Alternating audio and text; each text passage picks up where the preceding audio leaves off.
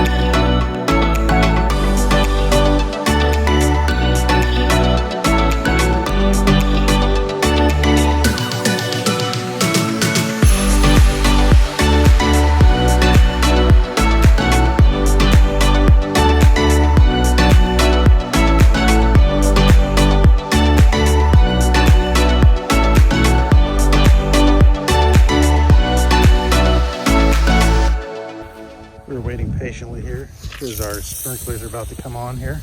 Look at our luscious grass. Just kidding. Ours is the dead one over here. And the sprinklers just came on. Mission success. Boom.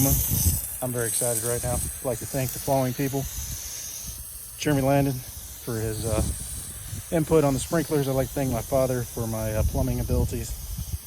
And I'd like to thank my grandfather, the Finnish carpenter. Although there was no carpentry involved, we still worked.